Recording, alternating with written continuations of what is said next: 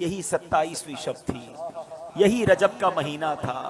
میرے آقا حضرت ام ہانی رضی اللہ تعالیٰ عنہ کے گھر آرام کر رہے ہیں کہ جبریل امین جو فرشتوں کے سردار ہیں نبی پاک کے دربار میں آتے ہیں۔ آرام سے جگاؤں کیسے؟ رب کا حکم ہے کہ محبوب کو بلایا جائے، مگر محبوب آرام کر رہے ہیں۔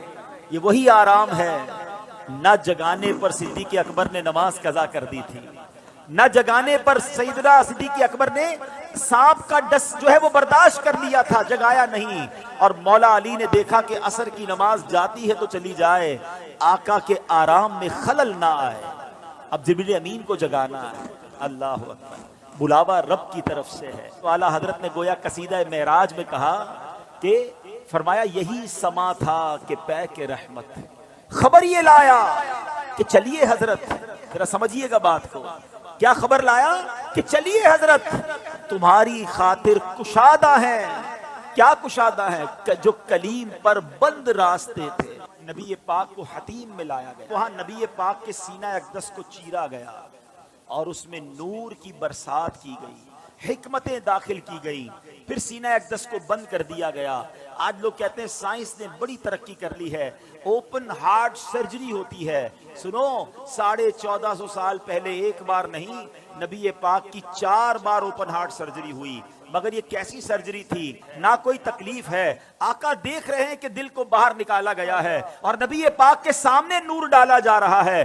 اللہ اکبر، یہ بھی نبی پاک کا معجزہ ہے۔ اور پھر وہ سفر شروع ہوتا ہے۔ اب نبی پاک مکہ پاک سے بیت المقدس جاتے ہیں۔ سبحان اللہ، بیت المقدس کا سفر یہ براق پر کیا جاتا ہے۔ نبی پاک علیہ الصلوۃ والسلام اب پہنچتے ہیں اس جگہ پر جسے ہم بیت المقدس کہتے ہیں۔ بیت المقدس ویسے بھی دیکھنے کی بڑی تمنا ہے، لیکن جب سے یہ پڑھا ہے اور جب پڑھتے ہیں ایک دل میں عجب تمنا جاگ اٹھتی ہے۔ ذرا سوچو تو صحیح کہ کائنات میں ایسی نماز نہ اس سے پہلے ہوئی نہ اس کے بعد ہوگی، جب اس کائنات کے سب سے بہترین افراد یعنی انبیاء کرام کم و بیش 1,24,000 آل ٹوگیدر ونس ٹائم، ایک ہی وقت میں وہ بیت المقدس میں موجود ہیں، صفے تیار ہیں، مؤذن فرشتے ہیں، اقامت دینے والے جبریل امین ہیں۔ اور اب جبریل امین نے عرض کیا حضور اب آپ امامت فرمائیے۔ امام الانبیاء میرے آقا امامت فرما رہے ہیں۔ سبحان اللہ، سیدی اعلیٰ حضرت امام اہل سنت بڑی پیاری بات لکھتے ہیں، فرماتے کہ وجہ کیا تھی؟ معراج کی رات کی جماعت کیوں جو ہے وہ سجائی گئی، یہ بلایا کیوں گیا سب کو؟ سبحان اللہ، رہتی دنیا کو یہ بتانا تھا۔ اعلیٰ حضرت کہتے ہیں نماز اقصا میں تھا یہی سر، سر کہتے راز کو، یہاں کہتے ظاہر ہونا۔ فرماتے نماز اقصا میں تھا یہی سر، یہی راز تھا کہ ایاں ہو مانائے اول آخر، پتہ چل جائے دنیا کو کون اول ہے کون آخر ہے دست بستہ پیچھے حاضر، سارے ہاتھ باندھے کھڑے ہیں، کون؟ جو سلطنت آگے کر گئے تھے۔ اقصا میں سواری جب پہنچی، اقصا میں سواری جب پہنچی، جبریل نے بڑھ کے کہی تکبیر۔ اقصا میں سواری جب پہنچی، جبریل نے بڑھ کے پڑھی تکبیر۔ نبیوں کی امامت اب بڑھ کر فرماتے ہیں، اللہ اللہ کہو، اللہ اللہ اللہ اللہ اللہ اللہ کہو، اللہ اللہ۔ اب نماز سے میرے آقا فارغ ہوئے، اب آسمان کے سفر کی تیاری ہے۔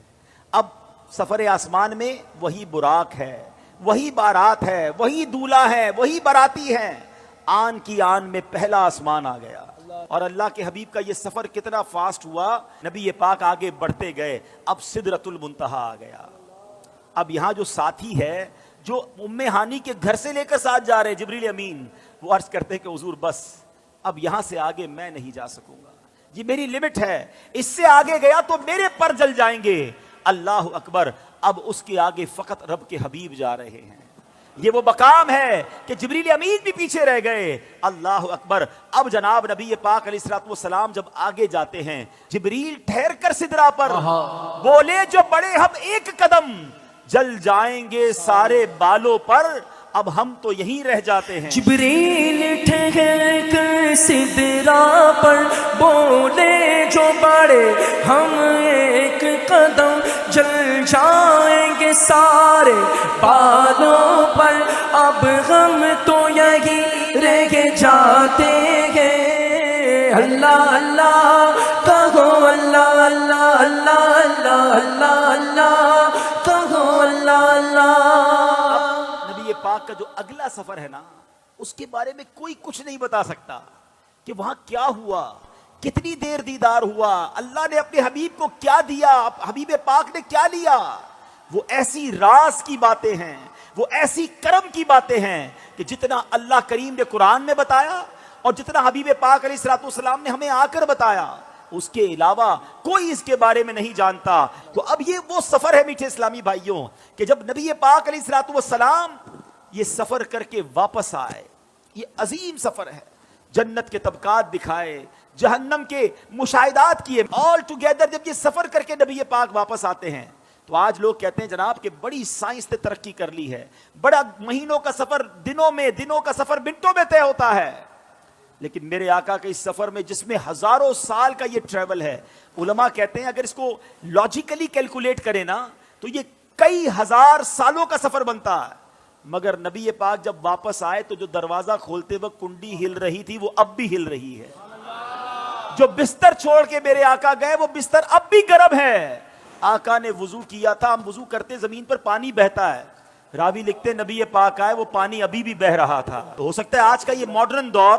کوئی ماڈرن نوجوان آ کر کہے سائنسدان آ کر کہے کہ جناب اب تو سائنس نے اتنی ترقی کر لی تمہارے نبی تو اونٹوں اور گھوڑوں پر سفر کرتے تھے آج ہم جناب چاند پر پہنچ گئے مریخ پر پہنچ گئے بڑا راکٹوں کا زمانہ آ گیا ہے سپر سونک ایئر کرافٹ بن رہے ہیں آواز کی رفتار سے زیادہ تیز طیارے بن گئے بتاؤ کیا اسلام میں تمہارے نبی کے پاس کوئی ایسا معجزہ ہے جو آج کی سائنس کو جواب دے سکے اللہ اکبر سنو تو صحیح ہزاروں سال کا سفر کر کے میرے آقا آتے ہیں اور کنڈی ابھی ہل رہی ہے گویا ہوا یہ کہ کم وقت میں نہیں بلکہ نبی پاک نے یہ سارا سفر نو ٹائم میں کیا وقت وہی ٹھہرا ہوا تھا ماجرا یہ ہے اب عشق والا جواب سن لو دراصل بات یہ ہے کہ میرے آقا تو سارے جہان کی جان ہے نا جب جان چلی گئی تو جہان رک گیا تھا آقا واپس آئے جہان نے پھر چلنا شروع کر دیا اعلیٰ حضرت کہتے ہیں نا وہ جو نہ تھے تو کچھ نہ تھا وہ جو نہ ہو تو کچھ نہ ہو